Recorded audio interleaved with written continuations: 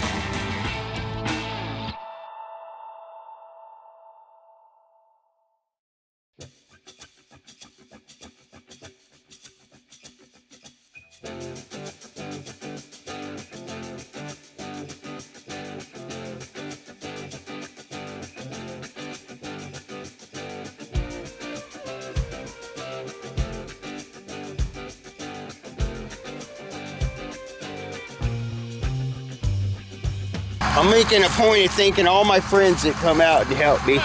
And that's Lance and Sean right there, and I appreciate them. We're trying to get all the trusses set on the blocks before dark because it's supposed to rain tomorrow, and these guys showed up to help me. Love them, good brothers, Lance and Sean.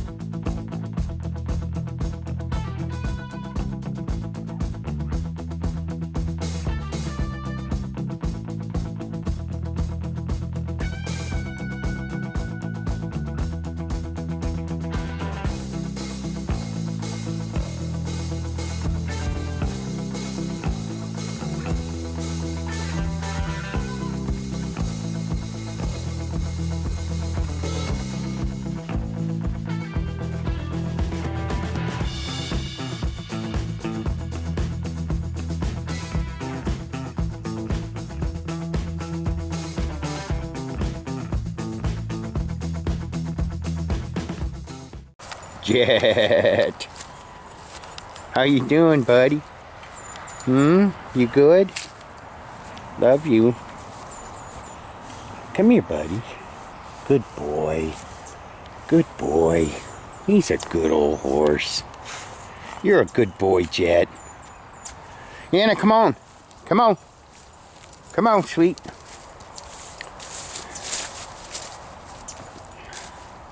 Anyway, stayed up late last night, had all the floodlights out and everything else. My buddies Lance and Sean came over and helped me during the day to get 4 more trusses set, and then there were only 3 left. So when they went home, I kept going and got the other 3 up. So all of the trusses are in position on the posts. Now I still got to put my purlin blocks in a lot of them, and the braces and the web braces and all of that. I'm actually learning the names of all this stuff too. Lou's been a pretty good coach, and I think he's coming back out tomorrow. I haven't talked to him. He's got a new phone. It's hard to talk to him, but anyways, all the trusses are in position, and I've got all my parts that Lou told me to cut up and ready to go on there. And I made Lou, I had a big pile of gravel in there in a spot where I had to back in to put in some trusses, so I grabbed me a shovel and Jamie's little tractor and trailer, and I moved all that gravel from over there to over here. And I made Lou a little, because I noticed he struggles with this spot, and I still got to smooth it out a little bit. But I figured since I had that gravel and eventually there's going to be rock here, I'd fill in some of these divots for him. And there was a big, it was like that over there. That'll make it a lot easier for him to get through here. Annabella! Come on! Come on, Annabella! Come on! Come on, thing! And I'm also making him an off-road walker. You know, the little old man walker. Had some help from my buddy Jim Anderson on that. Anyway, all the trusses are off the ground and on the posts. And I was worried about the one that was on the bottom because it looked like it was in the dirt. Actually, it was in the dirt, and I was afraid it was going to be rotten. But this will be nice too, just to get over here and clean these skids up and be able to mow right there and not have an obstacle right here. This is opening up. Next we'll get the metal off of there, but the metal is on skids. Anyway, I figure if the truss can hold up, if the trusses can hold up as Inspector General, always got to be inspecting. Always got to check every, look at it. She's on it. Good girl, Anna. Good girl. You check that truck out. But yeah, maybe not in the battery compartment though. Anna, come on. Anna, come on. You don't need that battery acid on you. Anyway, yeah, it'll be nice just to have this cleaned up and be able to mow here and not have to go around it and weed eat around it. Anyway, they're all in place. Oh, I was going to show you. Look at that. All of them. All the trusses sitting on the posts. Yes. This is the one that was on the ground. Is that the one? No. This is the one that was on the ground. And that's what I was worried about, because it was sitting on the dirt. But as you could see, it'd be all right. It's actually in pretty good shape. I did have skids under it. It just sunk down. It was on the bottom and had all that weight on it. But the weight, but the wood's still in good shape. I just got to scrape it off and clean it up. And I've noticed as soon as you get this stuff up and where it's supposed to be, it starts drying out and looking a lot better. Man, that's pretty good. We've only been working on it for a week and a half. A week and a half ago, 2 weeks. This is what we've, Lou and I and some friends that have stopped by have gotten finished in a little over 2 weeks. And that's pretty good. I had no idea it would go this fast. But it's going fast. And I'm looking forward to getting all my purlin blocks and spacers and web braces and stuff like that on, and raising this up and putting a roof on it, folks. Just want to get the roof on before winter, just to have that big covered spot. Maybe get that back wall on there too. So we're back on the building.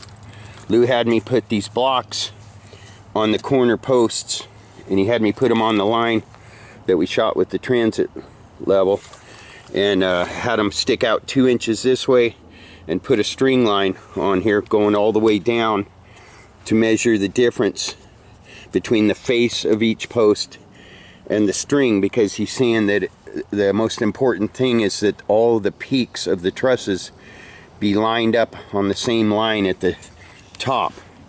So put that on, and then we went and measured this distance between each string, between each post and the string, and they vary a little bit.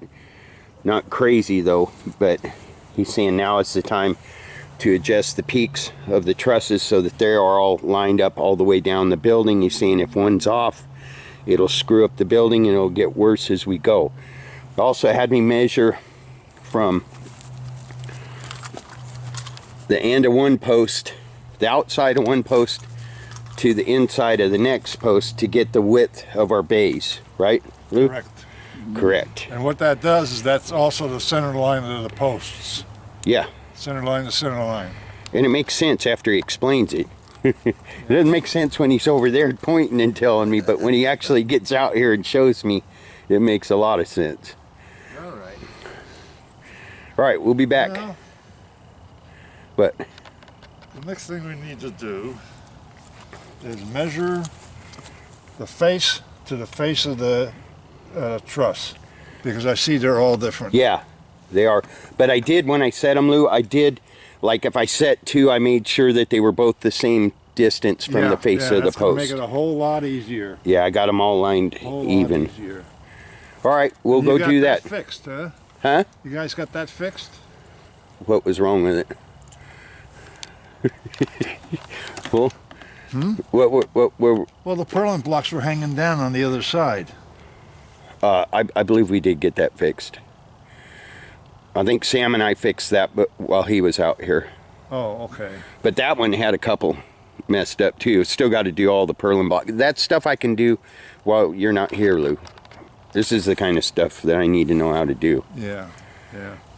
No, that's just grunt work. I can do that. Okay. But the main thing is to get them all lined up before I put the braces in, right? Yeah. Yeah. Let's see. Here, we are going to have a couple issues here that we need to address. I kind of figured that. But we can get there from here, right? We do it from the ground, yeah, before we jack everything up. Okay. And that's why the trusses are sitting on the ground. I've had a lot of comments saying, why are you putting the trusses on the ground? Oh, it's twice as much work and all that. Well, for one thing, that's what the building plans call for. And for another thing, it's a lot easier for us to work on these trusses and all the braces and everything while they're on the ground. What we will do is put our purlins on, jack that up, and then put them on another set, jack that up, and then I will have to go up and put the purlins on, but I'll only have to do it 2 times. It is, isn't it? Yep. Wonder how that happened. Well, this is probably the one that was on the bottom. Oh, it is the one that was on the bottom, because it's got that mud on it that I got to still scrape off. Oh, man. Can we fix that, Lou? Well, that's the only one that's like that, though, right? Yeah, so far. That's the only one I've seen. Can I put braces in here that don't come up and interfere with the purlins? You know what I mean? Just cut blocks that are as wide as the purlin blocks to put there on each side? What we have to do is suck it. Bring it in? You want me to get a strap? On this side here. Okay, on this side here. Yeah. You're going to go from here all the way up to where this next marked purlin is going to be. Okay? Yeah. And we're going to put a piece here. Oh, could I put a solid one in the middle there? No. Oh. No, you can't put it in the middle. Oh, because I got another purlin block to put in there. You've got purlin blocks to put in on top, yeah. Okay. And your purlin will sit here and here, but there'll be nothing underneath it from here to here. And it's got to be long. It's got to be at least, I'd say 48 inches. Okay. Start sucking it. And I'd get a 2x8. I'll see if I got one at home for you. Yeah, that's definitely got to be addressed, doesn't it? Yeah. Because we put that up and it snaps, man. This whole thing is going to be good. Well, that was the bottom one, Lou. Remember, I thought that one, the whole thing would be shot because of the way it was in the ground. I didn't realize that they would settle that much, but that's a lot of weight, that whole stack of trusses, right? Oh, yeah. How much you think that whole stack weighs, Over there? Yeah. How many All do you the have? trusses. 16? 16.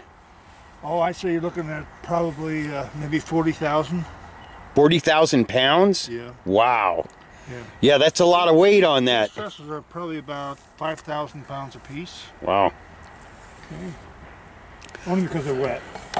If they were dry, they wouldn't weigh that much. Lou? You have to take what you get. You have to take what you get. I was going to ask you, Lou, on that first one that we have done over there, Yeah. that we made the composite beam out of the bottom cord of the truss, Right. right? Will I be able to build a floor up there that I could put just lightweight parts and stuff? Yeah, you can. Because that would be that's a lot of area in between these trusses, you know what I mean? If you do that, you're going to have to match the bottom cord. Okay, bottom cord is 2x6. You're going to have to put them in hangers.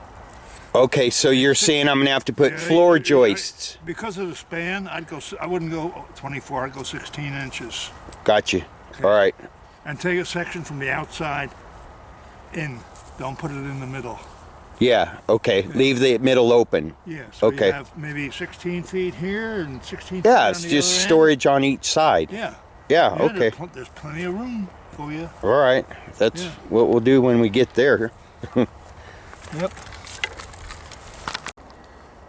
Got Lou's hot rod all finished. I'm kind of going for the gasser look right now. But it's pretty sturdy, and I thought this would be easier for him to get around with. He's probably going to want to adjust it completely different, but I thought it looked kind of cool like that. And you got to be careful with Lou, because up until recently, he didn't like change a whole lot. I've noticed he's a little more open to change now and then, but so we got to get this adjusted quickly, because if he grabs hold of that thing and says, no, I don't like it, he'll never touch it again. I'll be back. Okay. You remember for all the stuff that we had to mark 6 inches on center because the nailing was critical? Yeah, the webbing. Webbing, right. Okay, Yeah. So that's this line here, okay? All the way down. Oh, you marked our jig. Yeah. Okay. Now, this jig here, from the arrow to the arrow, is 24 inches. Let me see the arrow. Okay. Gotcha. That's 1.5 inches. 3, 3, 3, 3, 3, 3, 3, inch and a half. Gotcha. Okay? And that's basically what this is. That's the layout. And these are our corbels, Those right? are corbels. Okay. That the truss heels Sit on. Yes. Okay? This one's not marked because you're going to have to drill a hole, 3/4 inch hole, and a 3/4 inch hole here. And you can't do it all the way through because, One goes one way and one goes the other way. yeah, you have one on this side here. Oh, I see what you're and you saying. got The other one on gets on flipped the other side around. of the post this way. Okay. Okay? Gotcha. So, with that in mind, there is going to be a reverse. Okay, this is going to be on this side here, which is going to be on this side, not that side. Follow? Okay, the bolt goes in here, Yeah. through the post, comes out on the other side of this. We don't want to drill all the holes on this side here because on this one here, it's going to be over here. Okay. Oh, I see what you're saying, because See? it only gets one bolt there. Yeah. Okay. Yeah. All right. Get one bolt here, which is on this side. Okay. Now. So if you when drilled all take the way those through, they like that, okay, basically what you have is the reverse. This goes in here, and on the other side, it comes out here. okay. Okay? That's Gotcha. why you don't drill, that's why you don't have these marked. Okay. Okay? So, And how far in do we drill the hole when we do drill it, Lou? 1.5 inches. Okay. Okay. I got a template for you. Okay. So, and the black that you see here, that's your 16 penny when you use it, when you nail it, okay? Okay. Everywhere where there's a black, so Yeah. nail that puppy. But on these lines that aren't marked, there's going to be a bolt. There's And gonna you be a bolt drill there all and the a way bolt through and it, a bolt all the here. way through the post, and sandwich it on both sides. Right. Okay. Right. Okay. corbels. So and that's why there's a difference between the top and the bottom, right? Yeah, that's the mark tops. I see that. Because the spacing is different, see? Yep. On this one at tops, you're going to have 2 nails there and a bolt here. On the bottom, you're going to have the bolt here. Okay. Okay, so. Okay? That makes sense. Okay. And on this here, the way this is laid out, you just line it up with the marks here, 24 inches. Pull it out a little bit, like that. Where you can get your square in there. And then you just go put your lines through wherever you want, you need them, okay?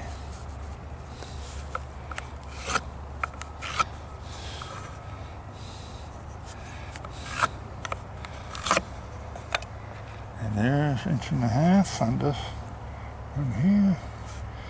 Here, 1.5 on this one here. And those are your nail heads.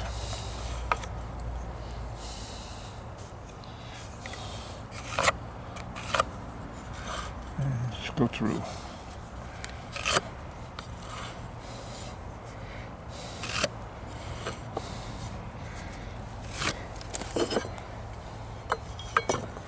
Why do I get the feeling one of the next things you're going to say to me is, now, mark me 10 or 15 just like I showed you?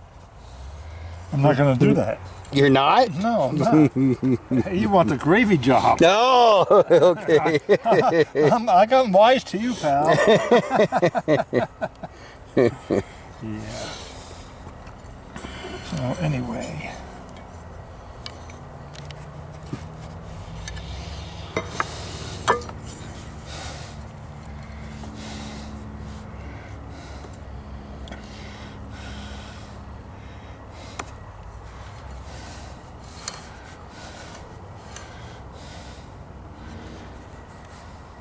Inch and a half, Yes. inch and a half. And that's where your 16-penny nails go. That's exactly correct. And we don't mark that one Because that's where the bolts go. Oh, yes. So, yep. You got it. You're good. So then do we have 28 corbels? Yes. 28 corbels, and 14 of them get marked one way, another 14 get marked the other way. They all get marked the same for the nailing. Oh, for the nailing, and that's why we don't mark them for the screws. For the bolts. The bolts, yeah. Because when you go through the Post. it'll be reversed. Gotcha. All right, so that pretty much explains marking of the corbels and all that, Lou? Yep. All right. Okay. Thank you. Thank you.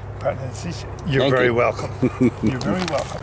Well, that is a huge accomplishment right there. All of the trusses are upright on the base of the post, resting on the blocks.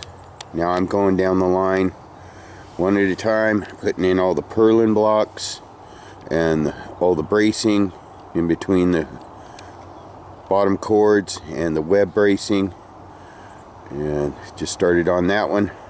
I'm going to work down the line, put in all the purlin blocks and all the bracing, and then we can start putting in the purlins, and pretty soon it'll be roof raising time. I'll tell you what else is good about this is no more trusses laying over here on the ground. And yeah, I had skids under them, but the bottom one actually sunk and was in contact with the ground. But nice to have this area mowed and cleaned up, and we'll get the rest of this stuff off the ground and up under there, hopefully before Christmas. Peace out.